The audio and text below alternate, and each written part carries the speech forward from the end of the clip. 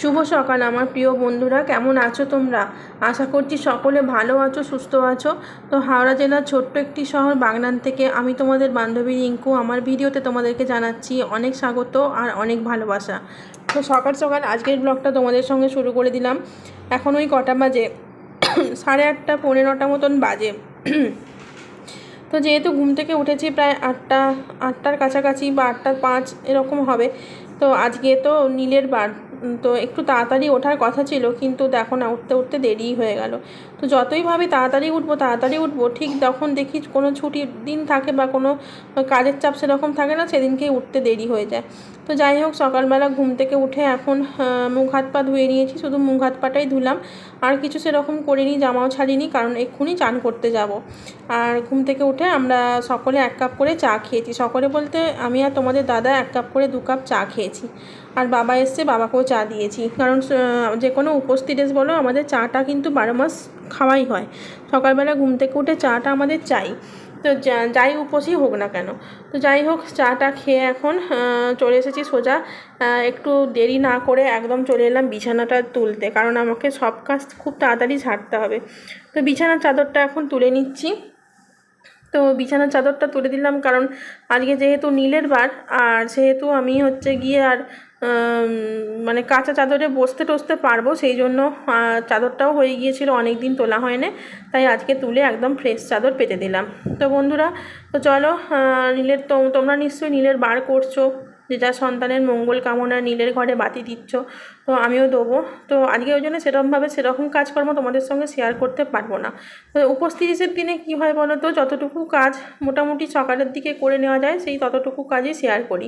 আর গুছিয়ে সুজিয়ে মানে কাজ একদম হয় না, কারণ পুজোর ঝামেলা থাকে যেহেতু, অত ওই জন্য হয় না।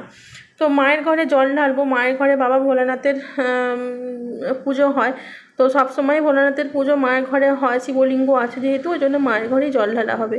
আর আমাদের সামনে মন্দির আছে, মা কালীর মন্দির, কিন্তু সেইখানে আমি আর জল ঢালতে যাই না।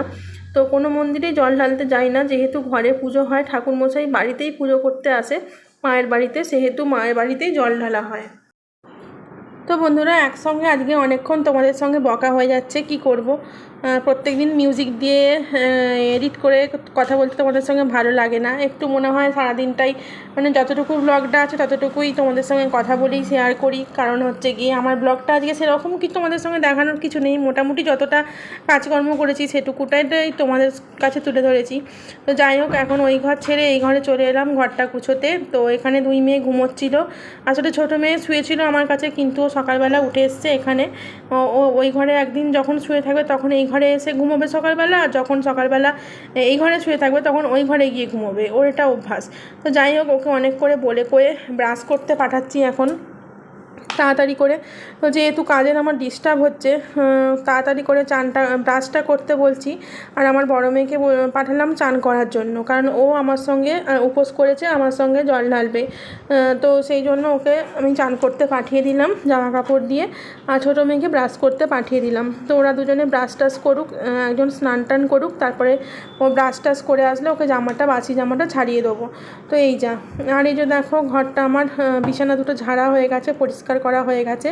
তো এখন এই করতে তাড়াতাড়ি করে ঘরটা ঝাঁট দিয়ে নিচ্ছি, মানে দেরি একদণ্ড আমি করছি না, খুব তাড়াতাড়ি করেই কাজ করছি, কারণ ঠাকুর পুজোর জোগাড়যন্ত্রীতে অনেক, মানে একটা ঘরে পুজো হলে, ঠাকুরমশাই পুজো করতে এলে যে কত জোগাড়যন্ত্রী করে তাকে মানে দিতে হয় মুখের সামনে, তবেই পুজো হয়, সেটা যারা জোগাড় করে তারাই জানে। তো জোগাড়টা যদিও আমি নিজে হাতে কিন্তু কিছুই করিনি, তো যতটুকু যা কিছু কিনে কানে দেওয়ার মাকে কালকে রাত্রিবেলা সব দিয়ে চলে এসেছি। মা সমস্ত সব কিছুটা নিজের হাতে জোগাড় করছে, ঠিক আছে, যা যা লাগে মা সব কিছু জোগাড় করে ঠাকুরমশাইয়ের কাছে নিয়ে চলে যাবে। মানে আমি সমস্ত কিনে কাঠে দিয়ে এসেছি, কিন্তু নিজের হাতে জোগাড় আমি করতে পারিনি। তো যাই হোক, এপাশে কাজে কর্মে ব্যস্ত বলে আমি আর পুজোর জোগাড় করতে যাইনি। মা এখন করে নিচ্ছে বলে তাই আমিও আর যাইনি। যাই হোক, মা যখন করতে পারবে না তখন হয়তো আমাকে করতে হবে, এই যা এখন হয়ে যাচ্ছে তাই। তো যাই হোক, তোমাদের সঙ্গে কথা বলতে বলতে আমার ঘরদোর সব কিছু ঝাঁটফাঁট হয়ে গেল। তো এবার আমি ঘরটা মুছে একেবারে চলে এলাম পুজোর কাছে। তো পুজোর কাছে চলে এসে দেখি না, ঠাকুরমশাইও চলে এসেছে, মানে আমিও এসেছি, ঠাকুরমশাইও এসেছেন আর কি। তো ভালোই হলো, একদম মানে কি বলবো, সবুরে মেওয়া ফললো আর কি, একদণ্ড দেরি হয়নি। তো এখানে দেখো সিদ্দির গাঁজা, তারপরে সব কিছু যেগুলো লাগে আর কি আজকে মহাদেবের পুজোতে সব কিছু নিয়ে চলে এসেছি। আর এখন এই দুধের মধ্যে এইগুলো সব দিয়ে দিচ্ছি, ঠিক আছে। তো 3টে জায়গায় দুধটা ভাগ করা আছে, মেয়ে জল ঢালবে, আমি ঢালবো, আমার মা ঢালবে।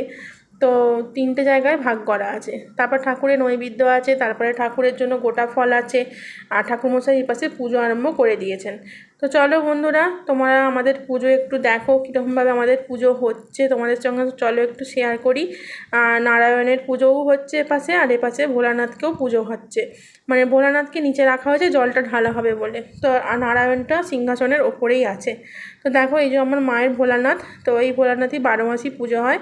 তো চলো একটুখানি এটা পুজোটা তোমরা দেখো। नारायण विष्णवे नमः यज्ञ नमः ओम नमः धै कृष्णं महिषं এই যে এসে দুর্গা দুর্গা ছিল না নিতি নি কথা হ্যাঁ যে যে দুর্গা পরা ভীতি অস্ত বসন্নাম স্তোমরাম ব্রহ্মোদিতং বসনাং কৃষ্ণাদং কৃষ্ণবিদ্যানিকলময়করং পঞ্চভক্তং দিনেত্রতং হে দিবাদি দেব মহেশ্বরায় নমঃ শিবায় নমঃ ओम नमः गंधपुष्पं नमः पिनाकी वज्जनि महापति शरीर अक्षरक्ष हुम स्वाहा उद्रकी सुबीर वाक्सि मांसस्तनि भोजनं तिष्ठ देवी शिखामुद्दं चामुण्डी जगरादितं गंधपुष्पं धूपं नमः ओम गंधपुष्पं धूपं नैवेद्यं पूजयामि नमः गंधपुष्पं नमः ओम नमः गंधपुष्पं नमः ओम नमः गणेशादि पंचदेवताभ्यो नमः सचंदन गंधपुष्पं नमः इंद्रादि दिग्पालिभ्यो नमः सचंदन गंधपुष्पं भक्तादिशोतरिभ्यो नमः सचंदन गंधपुष्पं नमः कल्लादि महाविद्याय नमः सचंदन गंधपुष्पं नमः भक्तपुरुषाय नमः सचंदन गंधपुष्पं नमः सर्वविभूतिभ्यो नमः सचंदन गंधपुष्पं नमः सर्वभूतिभ्यो नमः ओम नमः परमना दीवभित्तिविष्णुवारणं मम विघ्नविनाशाय शान्तिपूर्ण नमः ओम नमः गंधपुष्पं नमः स्वचंदन तुलसी पत्र नमस्ते गुरुपाय नारायण भगवती वासुदेवाय विष्णवे परमात्मने स्वाहा स्वचंदन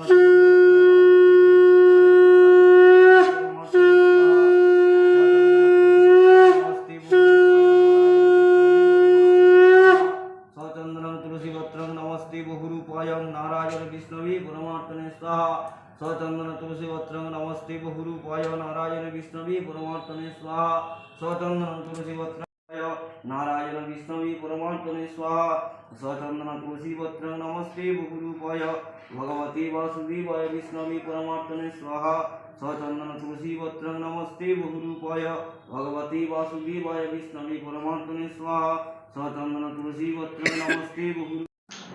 তো বন্ধুরা পুজোটা প্রায় হচ্ছে, আর এখন ঠাকুরমশাই সবাইকে জলটা আগে ঢেলে দিতে বললেন। তো পাশে মা ঢেলে দিয়েছে, মেয়ে ঢাললো, তো তারপরে এখন আমি জল ঢালতে বসেছি।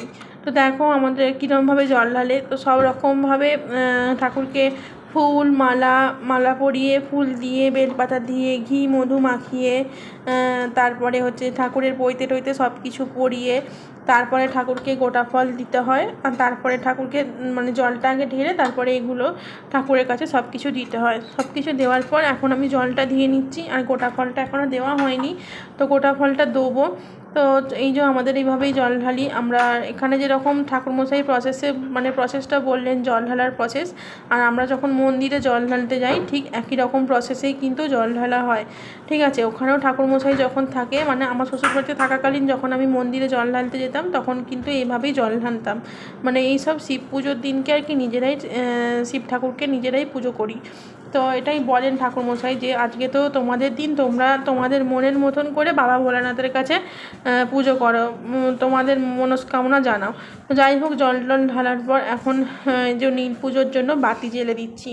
তো আমি 4টে বাতি এখানে জ্বাললাম, মা জ্বেলেছে, আমার মেয়ে জ্বেলেছে, সবাই মিলে জ্বাললাম বাতি। তো এখনও ঠাকুরের আরতি হবে, তারপরে আমরা পুষ্পাঞ্জলি শেষকালে দেবো। তো পুজো শেষ হতে হতে প্রায় 12টা কি 12:30 বাজবে। তো খুব ভালো টাইমে আজকে পুজোটা হয়েছে, মানে একদম খুব ভালো টাইম, এর থেকে ভালো টাইম আর হয় না। বন্ধুরা আমাদের নীলের জল ঢালা হয়ে গেছে, জল ঢেলে ঘরে এসে পুজো করে নিলাম, ঠাকুরের পুজো। তো সব পুজো টুজো করে এখন ঠাকুরের চরণামৃত খেয়ে নিয়েছি। তো খেয়ে দিয়ে এখনও কিছু ফল টলগুলো ওগুলো খাওয়া হয়নি, শুধু চরণামৃতটা খেয়েছি, খেয়ে জল খেলাম। তারপরে এখন এসেছি আলতা পরতে। তো দেখো যে আলতা পরলাম, দেখাচ্ছি তাহলে। এই যে আলতা করে নিলাম, দেখো এই যে আলতা করে নিলাম। তো পায়ে যেহেতু নেল পালিশ নেই, এই জন্য খুব একটা পাটা দেখতে ভালো লাগে না। নেল পালিশ থাকলে মনে হয় খুব দেখতে ভালো লাগবে। নেল পালিশ নেই, তাই জন্য।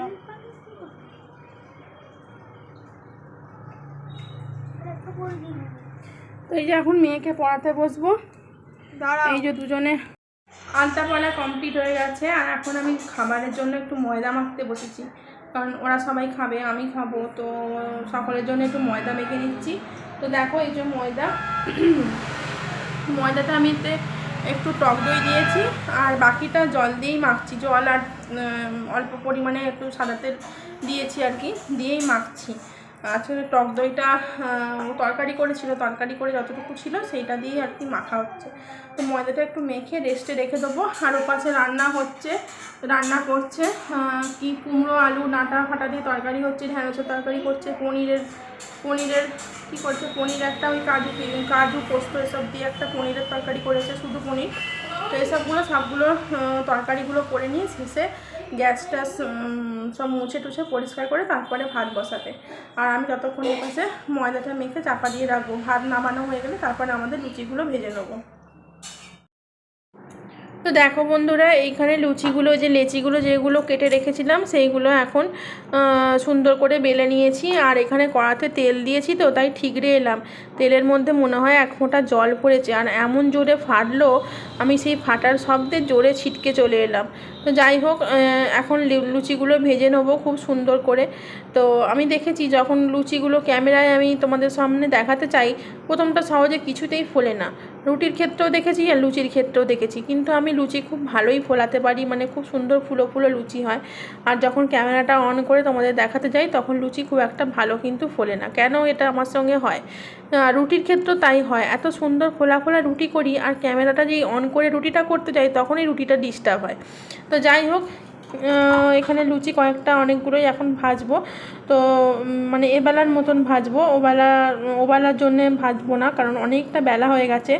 আর ওদের কিন্তু ভাতটা সব কিছু হয়ে গিয়ে গ্যাস ট্যাস মোছার পর আমি এই লুচিগুলো ভাজছি। তো ঠিক আছে, তো ওদের ভাত হয়ে গেছে, আমি এক পাশে সরিয়ে রেখেছি। আর বাবা চান করে আসলে, তোমাদের দাদা চান করে আসলে ওদের দুজনকে ভাত দিয়ে দেবো। আর এই লুচিগুলো মেয়ে খাবে, আমার 2 মেয়ে খাবে, আমি খাবো, আমরা সবাই এগুলো খাবো। ঠিক আছে, তো চলো এখন দুপুরবেলার খাওয়া দাওয়া এখন কমপ্লিট করি, তারপরে দেখা হচ্ছে তোমাদের সঙ্গে সেই সন্ধ্যেবেলায়। গুড ইভিনিং বন্ধুরা। তো এখন প্রায় 9টা বাজে রাত্রির, আর আমাদের সন্ধেবাতি দেওয়া হয়ে গেছে নীলের ঘরে অনেকক্ষণ।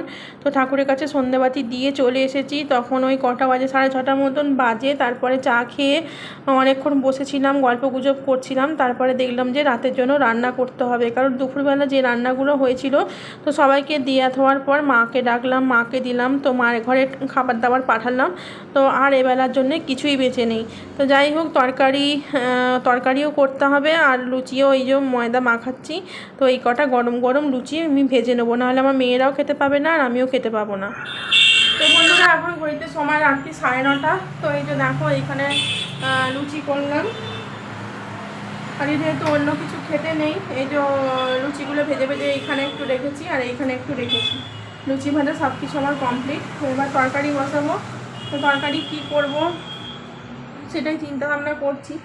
একটু কুমড়ো আছে, একটু পটল আছে, আলু আছে, এই 3 রকম দিয়ে ভাবছি একটুখানিটা সব রকম দিয়ে তরকারি মতন আদা জিরে বাটা দিয়ে তরকারি করে নেবো, এটাই ভাবনা চিন্তা করছি আর কি। তো সেই জন্য বসলাম এখন সবজিটা কাটতে বসি। ঠিক আছে, তো তরকারিটা করে নিই, বাবা আবার খেতে চলে আসবে, 9:30 প্রায় 9:45 বাজে। লুচি করি। তো ফ্রেন্ড, আমাদের সকলের খাওয়া দাওয়া কমপ্লিট হয়ে গেছে। আর সবাইয়ের বলতে শুধু আমার ছোটো মেয়ে এখনও বসে বসে খাচ্ছে, লুচি খায় না, এখন মুড়ি খাচ্ছে। তরকারির আলু দিয়ে মুড়ি মাখিয়ে দিতে মুড়িটা খাচ্ছে, কারণ সন্ধ্যেবেলা একবার খেয়েছে লুচি, দুপুরবেলা একবার খেয়েছে, তো রাত্রিবেলা দিলাম না। তো রেখে দিয়েছি, কালকে সকলের ব্রেকফাস্ট হয়ে যাবে। আর তরকারি যেটা করেছিলাম মানে সকলে খেয়ে ওটা উঠে গেছে, ঠিক আছে। তো আমাদের সকলের খাওয়া দাওয়া কমপ্লিট, এখন শুতে যাওয়ার পালা। তো চলো বন্ধুরা, আজকের ভিডিওটা এখানে শেষ করছি। আর যদি ভালো লেগে থাকে অবশ্যই একটা করে লাইক দিও, কমেন্ট করো, এবং যারা নতুন দেখছো অবশ্যই চ্যানেলটিকে সাবস্ক্রাইব করে আমার পাশে থেকো। চলো কালকে নতুন একটা ভিডিওর সঙ্গে আবার দেখা হচ্ছে।